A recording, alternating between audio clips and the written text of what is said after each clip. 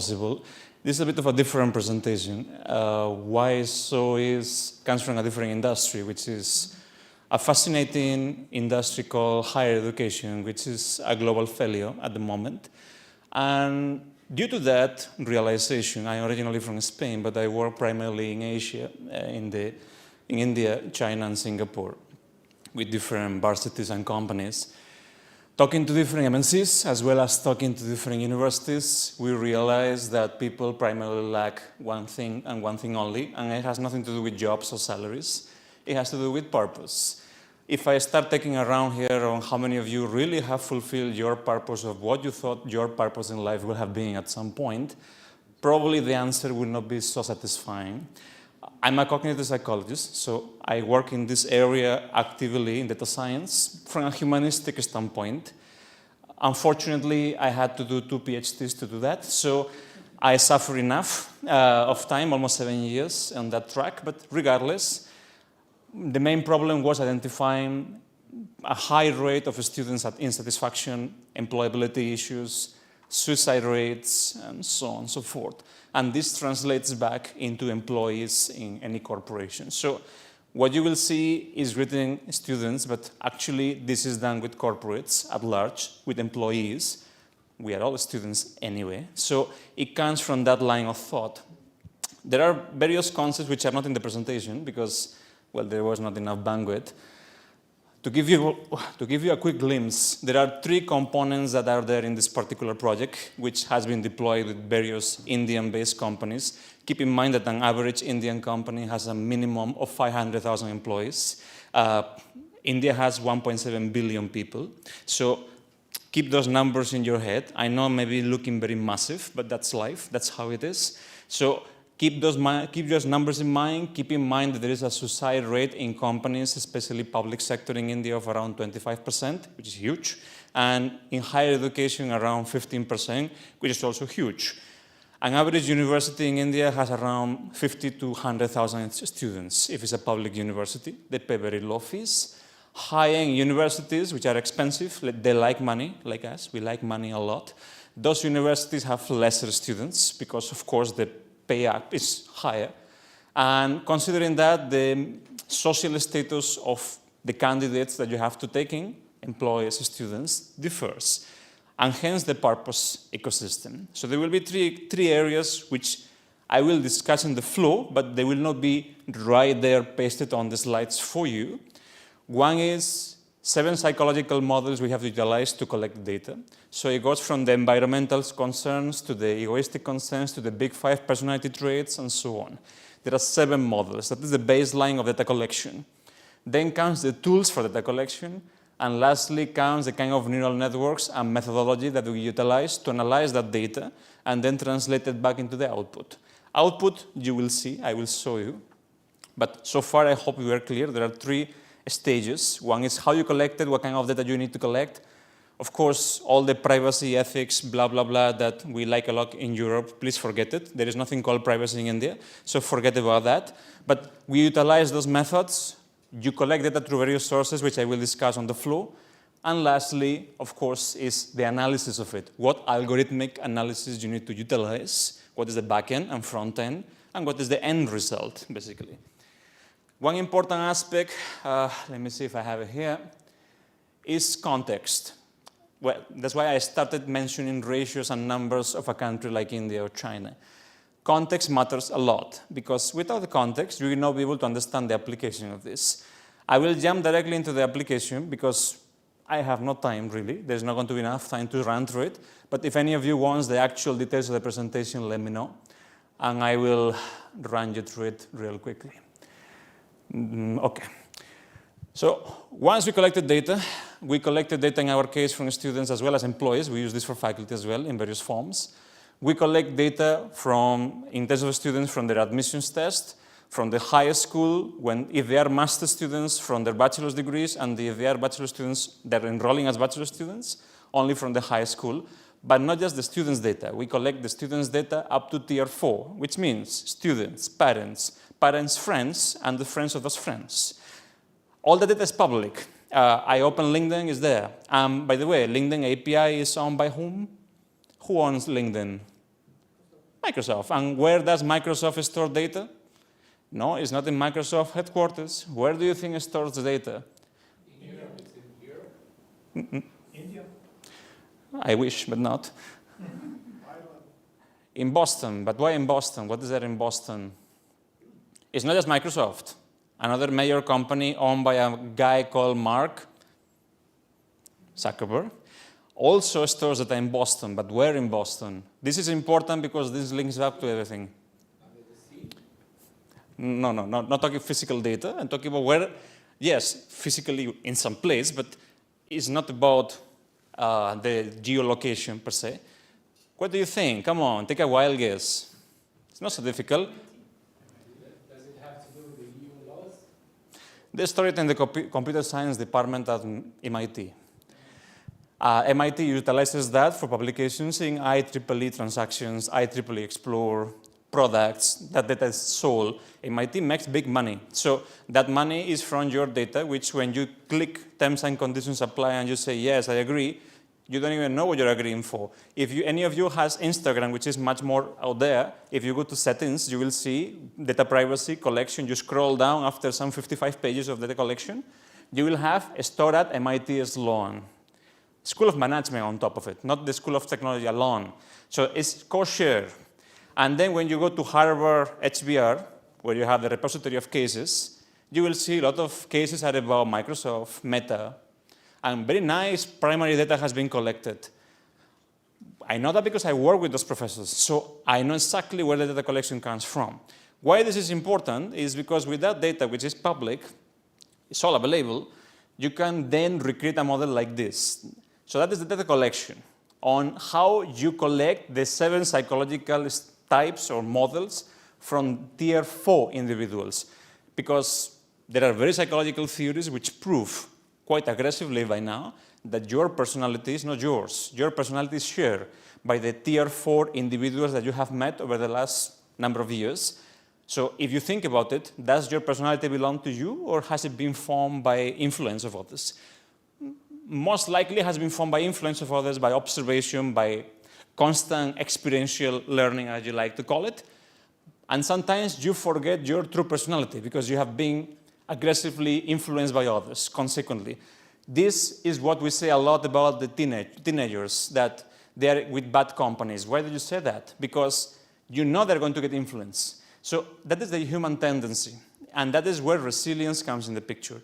Unfortunately, when you deal with billions of people, like we have to, it's a bit tough. And consequently, we segmented, not segregated. I know Europe's history with segregation. We have not segregated, we are segmented. It's a very different thing. And this is consensual, so they have agreed to it, plus it's permeable. You may go up or you may go down depending on performance. The same has been tested in Indian companies like such as Tata, Adani, and the like, which are major multinational corporations as well. Corrupt, but multinational corporations regardless.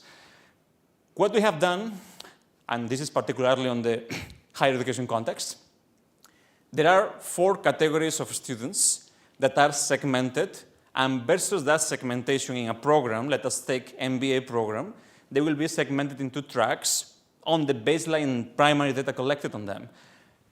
All the curriculum, the type of faculty, the kind of tools, the kind of learning outcomes, the kind of experiential projects they will get, and the kind of course employability they get will change completely, though it's the same program. So there will be obviously an operational cost shot up by the university, but the outcomes so far over the last 5.5 years we have been running this show the results. The first one is the prodigy, which is, well, the minority, because that is almost 5% of the global population. The guys who are really naturally talented, and finding talent is very, very rare.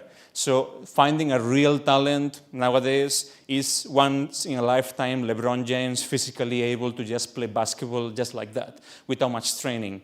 Most of us have to work and have to really struggle to achieve what others may achieve by just waking up. So that natural talent, which is probably psychological and biologically, depending on the context, is the kind of population we address here.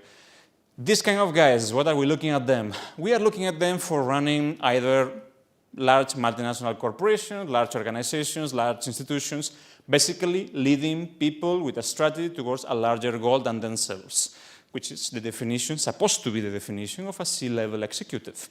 But, well, we all know it's not the case, but that is what it's supposed to be. The other one will be the diligent.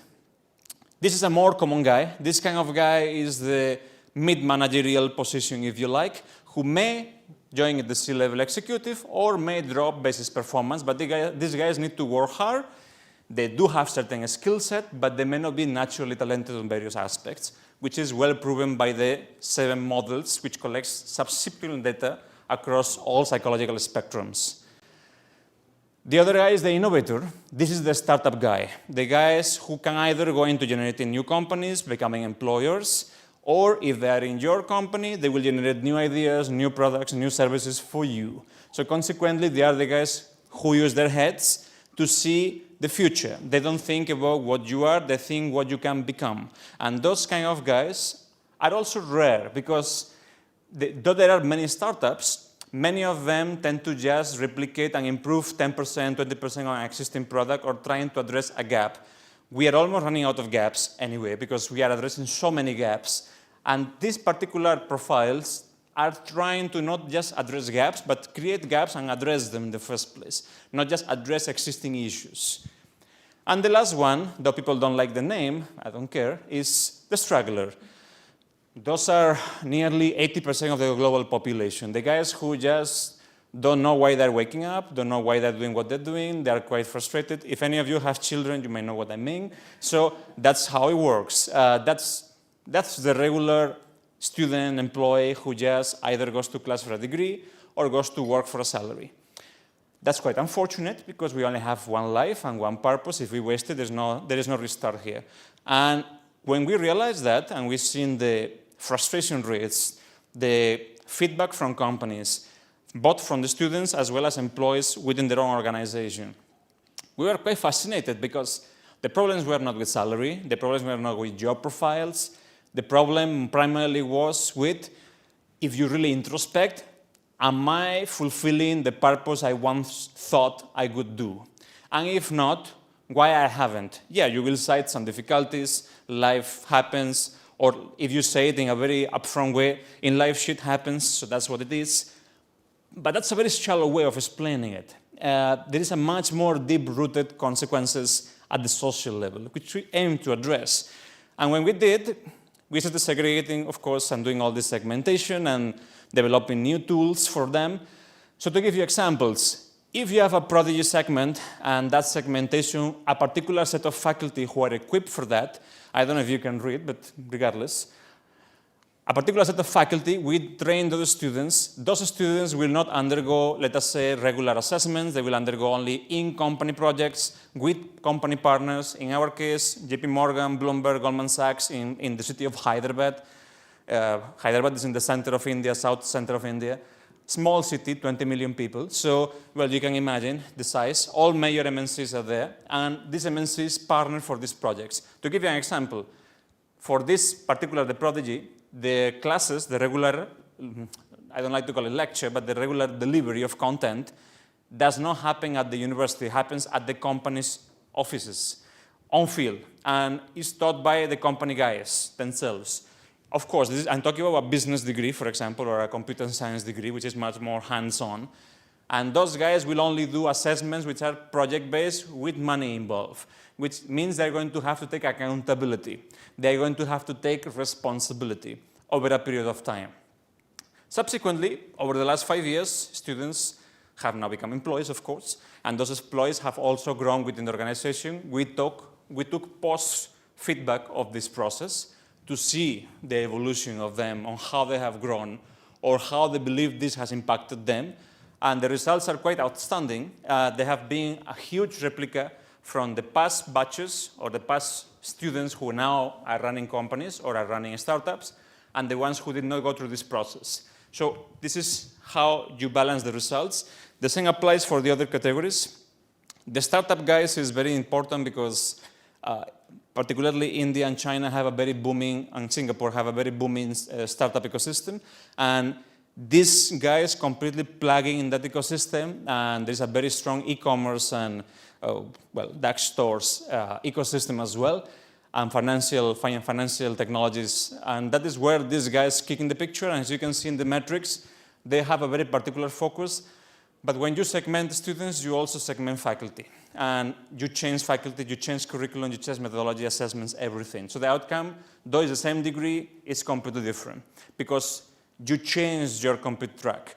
And again, this is permeable, which means if you may not perform here, first it's consensual, so you have to agree with a contract at the beginning of the course that you agree to, as per our data, we may recommend you to go in track ABC.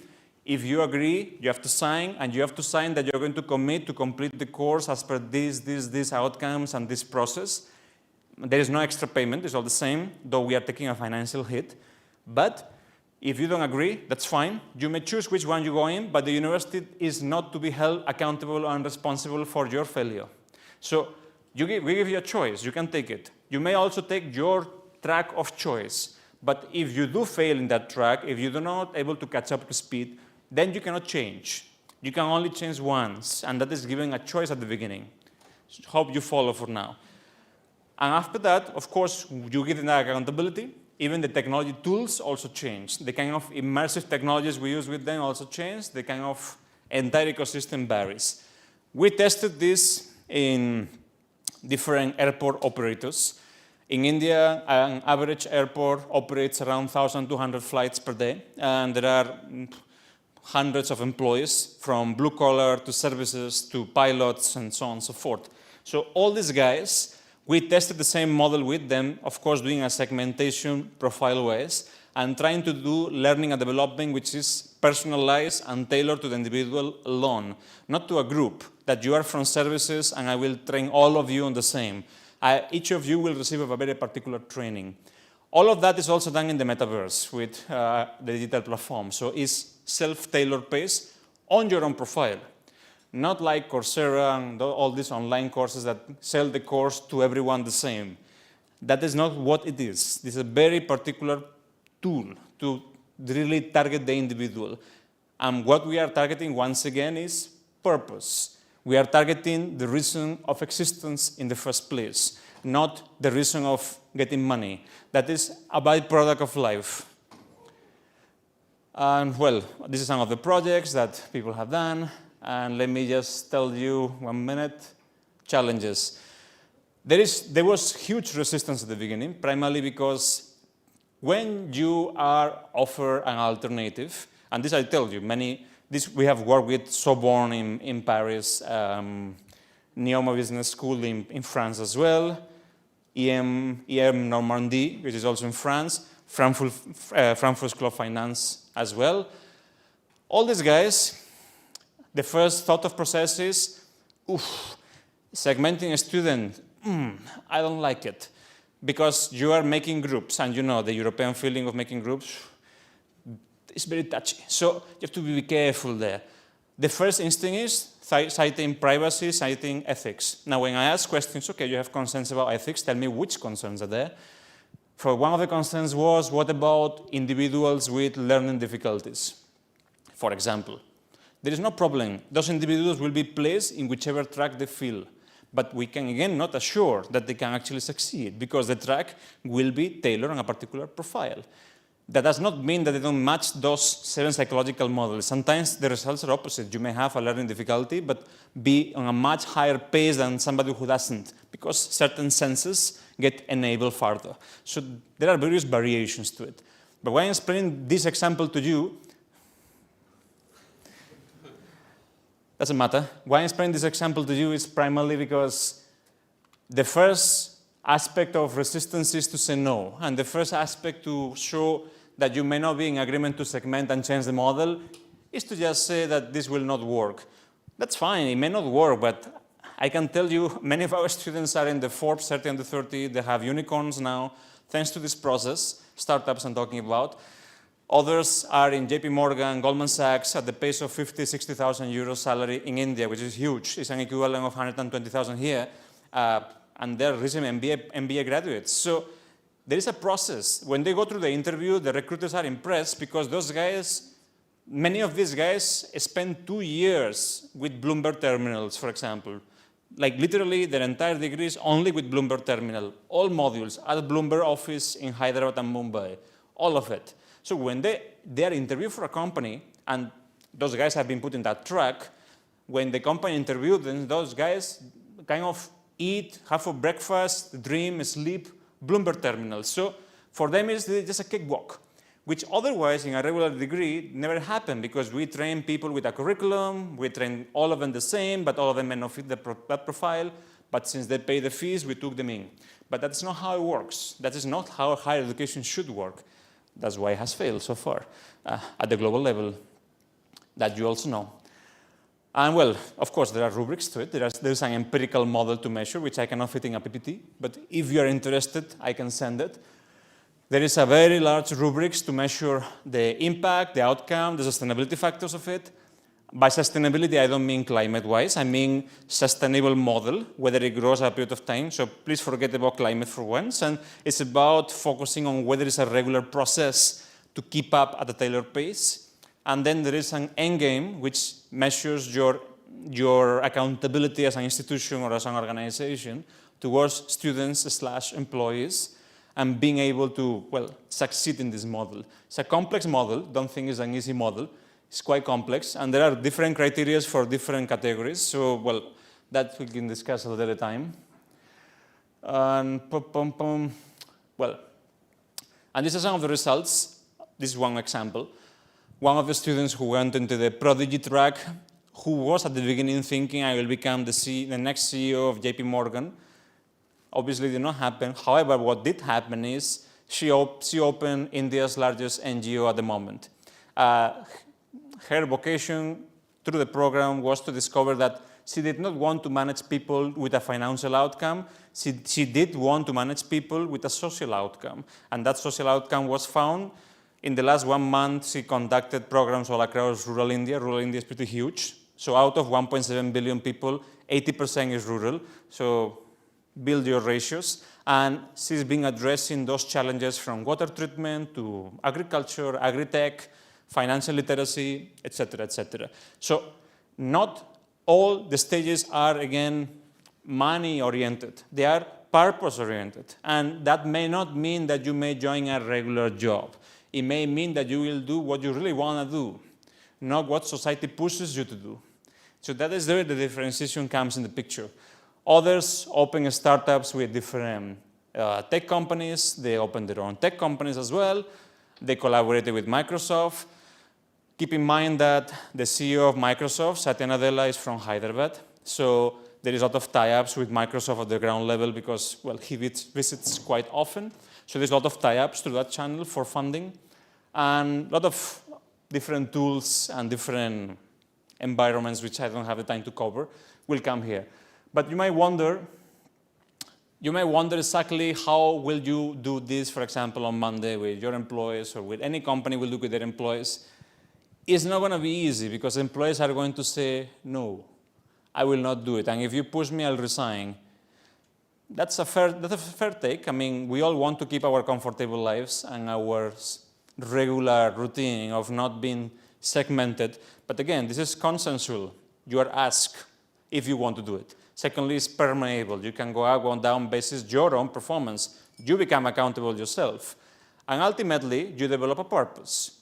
And if you did not have one, many don't, you will find some purpose of being. As I said, a person joined the program thinking I will run a multinational corporation, and now she's running an NGO which has large impact, and in my opinion, a much larger impact in society than what otherwise could have had by just making money from a bank. So the changes you see are at the ground level, but most importantly are here. So that's where we actually should target things.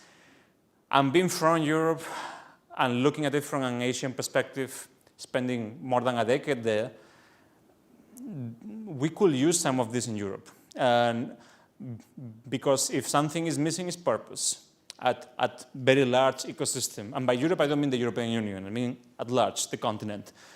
There is a social igniting problem, which of course translates into the political ecosystem anyway.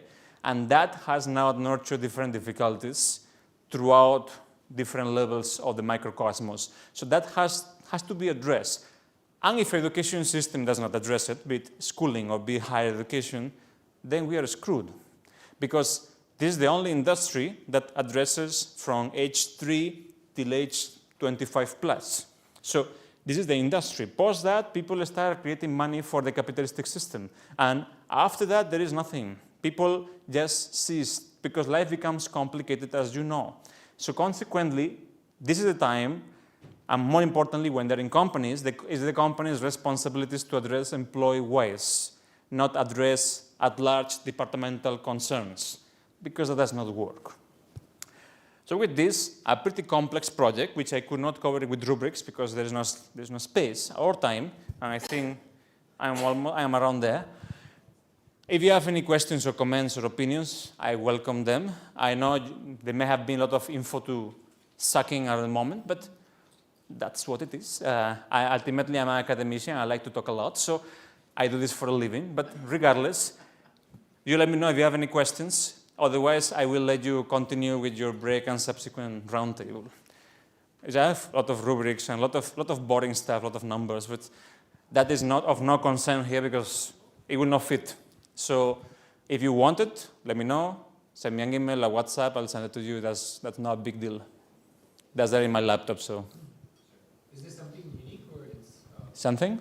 something unique or there might be something, I don't know, similar? Have you seen something similar?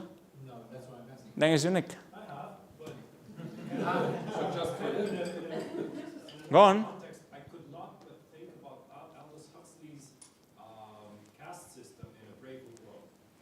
I don't know if That was a forceful system. This is not a forceful system. yes, yes. And this is with a positive outcome. That was not with a positive outcome. You're talking about Brave New World, but that is that's a different scenario altogether. That's a segregation of castes. I know it just got me in that direction with Yeah. the thought, so I'm just curious, how far is it from actually enforcing? You're not enforcing anything. Everything is consensual. Now, yes. And there's no plans of enforcing. Please understand, this is deployed in India, a country which, thanks to the Brits, was creating the caste system. Yes. So, Was enforced. by the Brits. So, not by the Indians. It was enforced by the Brits. So, consequently, there is no even a scope to even try to apply that again because there will be a tremendous resistance anyway. And plus, it's not going to lead to any outcome. So, it's a consensus system, outcome-driven for them. It's choice-based, which means they can choose not to do it. It's not that they have to do it. They may choose not to. There's another track. There's a regular program they can go to. So there is no problem. This was originally a sample group. Now it's no longer a sample group. It's a standalone program. But as I said, this fits my previous experience with Europeans as in this project, which does not happen in Singapore and China. They say, yes, this is fantastic. Because for them, particularly in Singapore is China not so much, but Singapore is particularly the best case scenario for success of a country technologically and socially, where you give consensual approaches to put people where they could do better, not where you think they could do better, which is the mistake universities tend to make. We tend to put people in a category, in an assessment track, in a rigor track, where we believe they should do to succeed in this program. However, we are not tailoring the program to the students. We are tailoring the program to a financial outcome as well, which is not what we are doing here.